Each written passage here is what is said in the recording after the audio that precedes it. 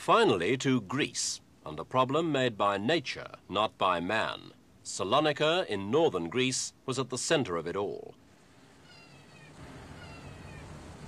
Salonica's on the Aegean coast, a busy commercial city of 700,000 people.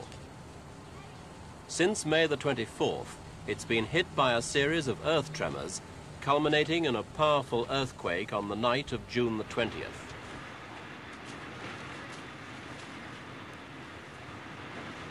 The earthquake measured 6.5 on the Richter scale, and as with any severe quake, the damage was extensive. One 8-story block of flats collapsed, and more than 40 apartment buildings were made uninhabitable. The homes of another 800 families were also seriously damaged. Salonica is the second largest city in Greece, and much of it is modern. In fact, the damage could have been much worse, because the new buildings withstood the shocks relatively well. It was generally the older buildings which suffered, many badly cracked by the earlier tremors.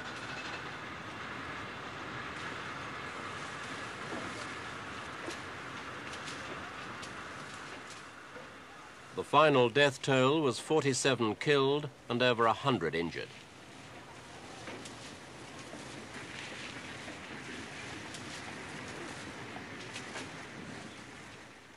Salonica lies right on the path of one of the world's major earthquake belts, regions where the Earth's crust is less stable because of lines of fracture. The two sections of rock are subjected to different amounts of pressure. As the tension increases, the surface of the Earth may be forced upwards until the crust actually cracks open, and the vibrations traveling through the rocks topple buildings. One reason why the Salonica quake didn't cause as much damage as expected was that as much as half the energy released by the tremor was absorbed when a crack, 14 kilometers long, opened up near Lake Volvi, east of the city.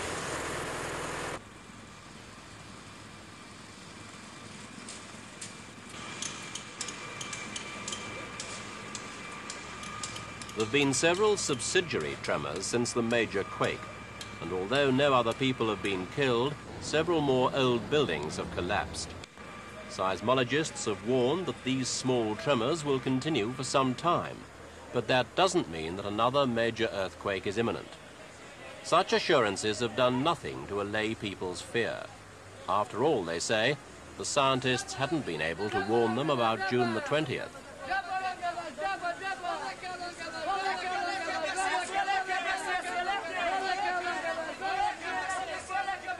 Once the initial panic died down, many people returned to their jobs, especially those with small businesses whose whole livelihood depends on keeping open for trade. But the streets are much quieter, and there's a noticeable drop in the number of customers. Thousands have left the city and taken their belongings with them. Many have gone to Athens, others to wherever they consider it safer. Some have gone to their holiday homes, the excuse for an extended vacation. Another 150,000 who can't afford to leave have pitched tents in parks and squares throughout the city. Many of the families living in these tents are within sight of their homes. Others, even more cautious, have moved further out and pitched camp among the military war graves, preferring to sleep with the dead than risk joining them.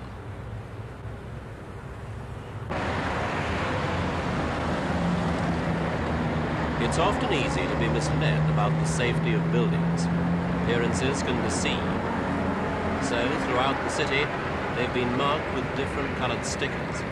Green means safe to be inhabited. Yellow, safe, but repairs are needed. The red marker is the most serious. That means the building cannot be lived in until it's repaired as specified on the white label. The government has promised long-term loans with favorable rates to both business concerns and families that have suffered. But the money is slow in coming through, and the only real repairs going on are to churches and public buildings.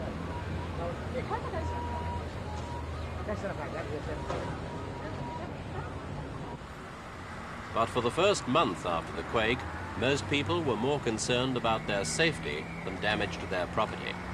And the belief spread through the city that the whole of Salonica would be destroyed by another earthquake on the night of the full moon in July. As the date drew nearer, tension in the city visibly increased. In fact, nearly 4/5 of the population took to their cars, or whatever transport they could afford, and headed out to the countryside. Even the educated were caught up in the hysteria while admitting their illogical behavior. Shops and factories closed as the paralyzing air of fatalism gripped the people. And as the last of the traffic left the outskirts of Salonica, the city centre was left like a ghost town. A number of the more rational residents stayed to join in a song and dance party organized for later that evening. But even they kept clear of the streets.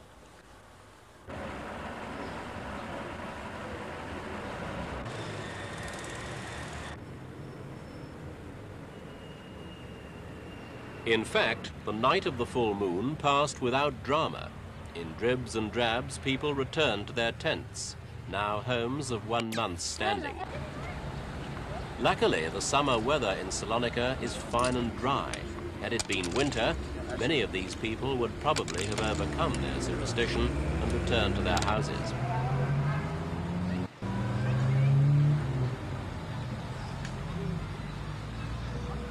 While people go on living in tents, business in Salonica is suffering heavily. Few go to restaurants, rents are unpaid, markets are empty. In fact, the only people to have made any money in the last few weeks are those with tents to sell. The people's confidence has been more badly damaged than their houses. Yet, unless business soon gets back to normal, Salonica's economy will be seriously disrupted.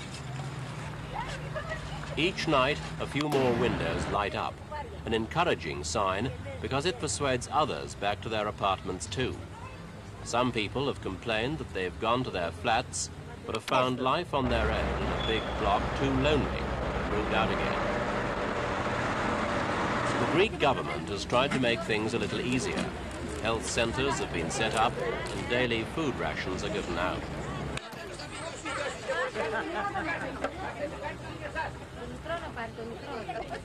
The Prime Minister's also invited foreign seismologists to assist Greek scientists in assessing the character of the earthquake and the probability of it striking again.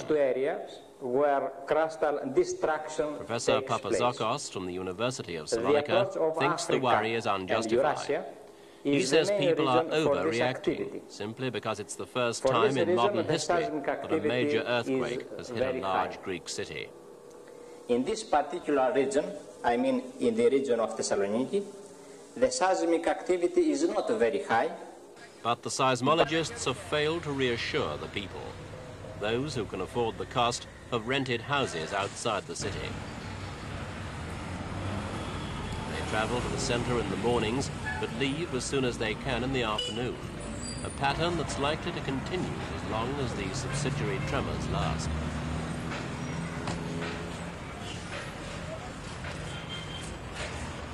Premier Constantine Karamanlis himself visited Salonica at the time of the full moon in a vain attempt to restore confidence by reviewing plans for the city's rehabilitation. But it's not just the people of Salonica who must be convinced that it's safe to live there again. Mr. Karamanlis has got to persuade the foreigners too, because Salonica's losing out on some very important tourist revenue.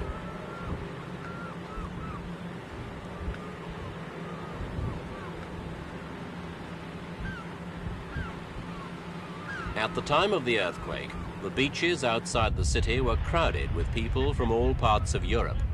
In fact, the tourists were fairly safe, especially as this quake didn't cause tidal waves along the coast.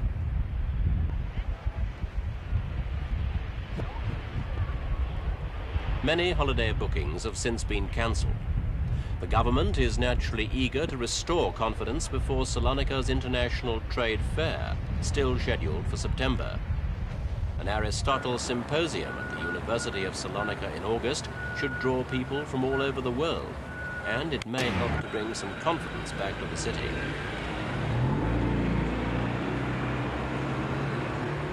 The panic that's gripped the city for the last few weeks is subsiding. After all, people can't just sit and wait forever for another earthquake. Sooner or later, they'll have to go back and pick up the threads of their ordinary lives. There are signs that's already beginning to happen, but it may take longer to rebuild Salonica's confidence than to repair its shattered dwellings.